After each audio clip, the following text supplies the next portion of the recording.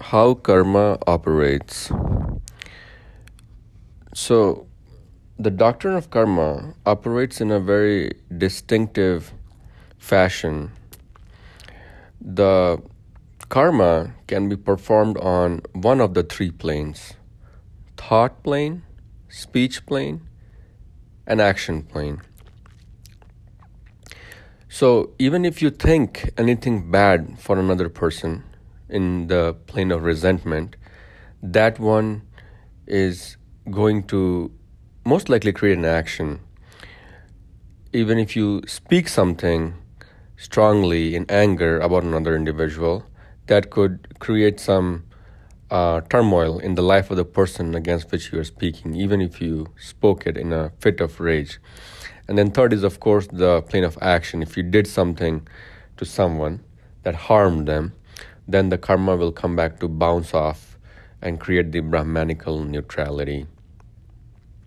Now, the biggest thing to remember about the doctrine of karma, wrong action especially that is performed by a perpetrator on their victims, is how the victim perceived that onslaught. So, how much emotional trauma, how strongly did they feel about what was done wrong to them? Now, if that is, of course, that is registered in the thought plane and might be subsequently vocalized with other survivors or family members in the speech plane, and the future actions might be based on protecting similar victims.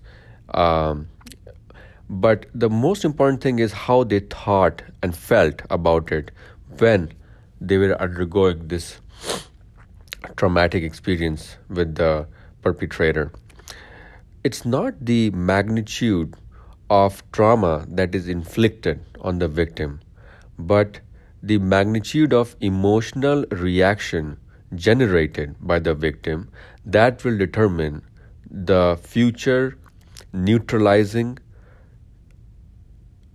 action that will be performed in a future life, most likely, when these two souls interact again.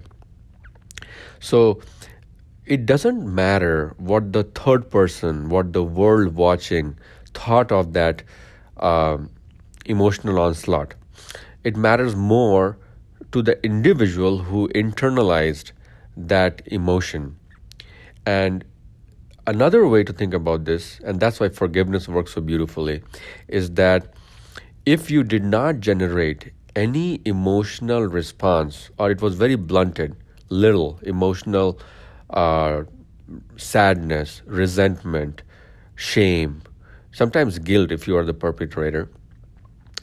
If you did not, well, not the guilt, I shouldn't say, because guilt is again from the perpetrator's standpoint. It's all about the victim. So the sadness, shame, or anger that was generated in the victim, that will determine a future response in which this time the victim becomes the perpetrator and the perpetrator will be the victim.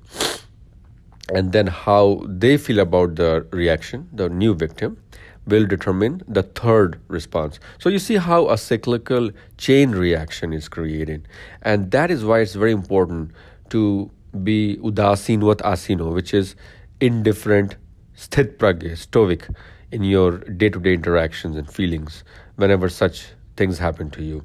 Because you become like a sponge that absorbs all the inflicted trauma, but you're not counteracting it with a equivalent or even more than required intensity of response, because then that individual will take some umbrage and will respond back to you in a later life. So the cyclical chain reaction will keep us in this life reincarnating again and again, and you don't want it to bounce back and forth. You want those things to end. That's why when you forgive someone, not only have you won the battle, you have won the war. Because if you have the fortitude of forgiving someone who has done wrong to you, then you are not generating a negative emotional response in the realm of anger, fear, resentment, shame, and then there is no need for you two to re-interact at a later life or reincarnate again for that very purpose. So you see how you have gotten rid of one additional purpose that would have required at least one additional life to resolve itself, and then might have created another interaction, a sub-interaction or a sub-purpose requiring you guys to come back again and solve a third issue. So if you want to bury the hatchet and end these interactions, it's important to forgive. And when you forgive wholeheartedly, then you can even forget. So forgiving is the first component, or forgetting is the involuntarily ultimate result of it. So great people, when they will do philanthropy, they will not remember.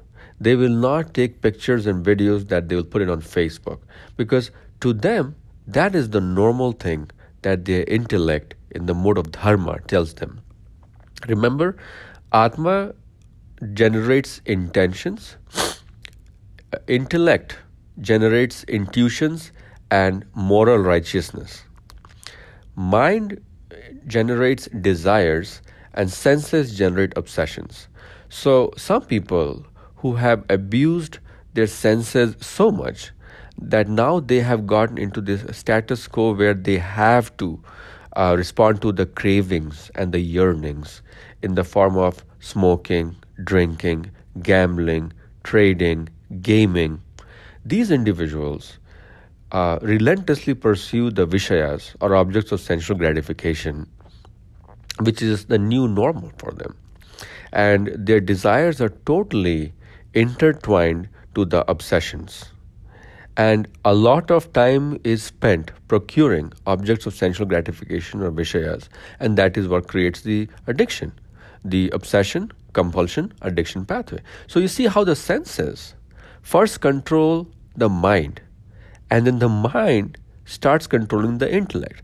Now this is the total opposite ladder of what it was supposed to be in.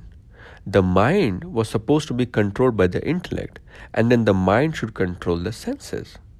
So we have gone 180 degrees opposite, and that's what tamas does. That's what first exposure to a new sensual gratification object does. That is why it's very important to not generate new addictions or habits that can lead to addictions. So the first puff of cigarette, the first time you are playing video games, the first time you are doing day trading in a stock market, the first time you're having sexual experiences with a new individual or same individual in a new plane or a new way, every such thing carries the risk of you getting a new sensual high, dopamine surge in your brain that the mind is not able to keep up all the time. So it wants you to keep coming back.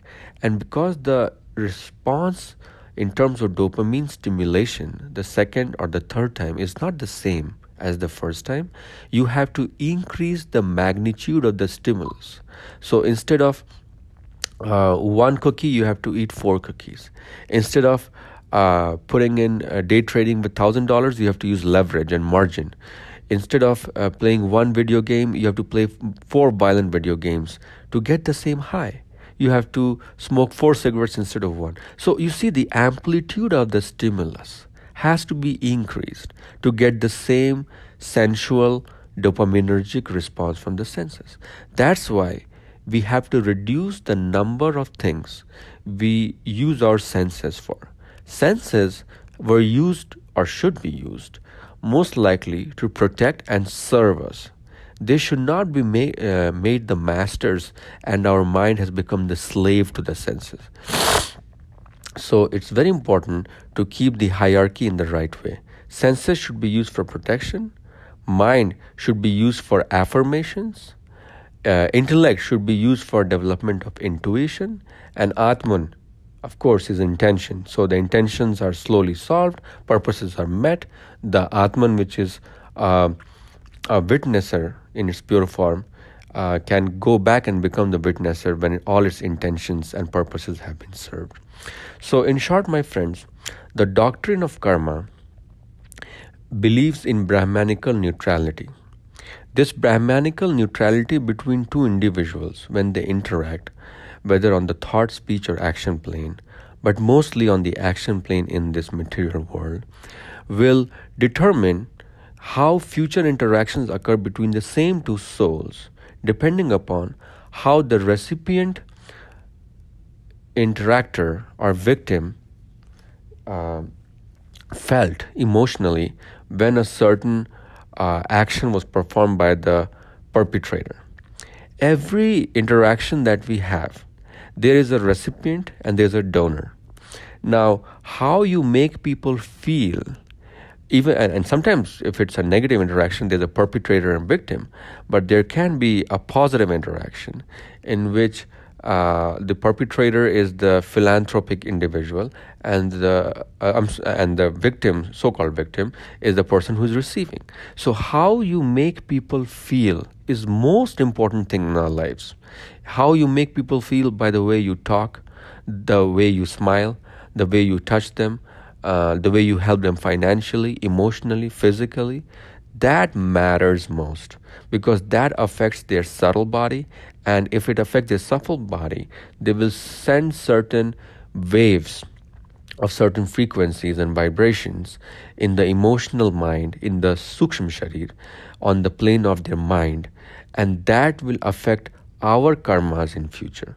So it's very important not to hurt other individuals, but it's also very important to have the courage to stand up for the weak, to have the courage to help the poor when you have the ability to do so, because that will set you apart.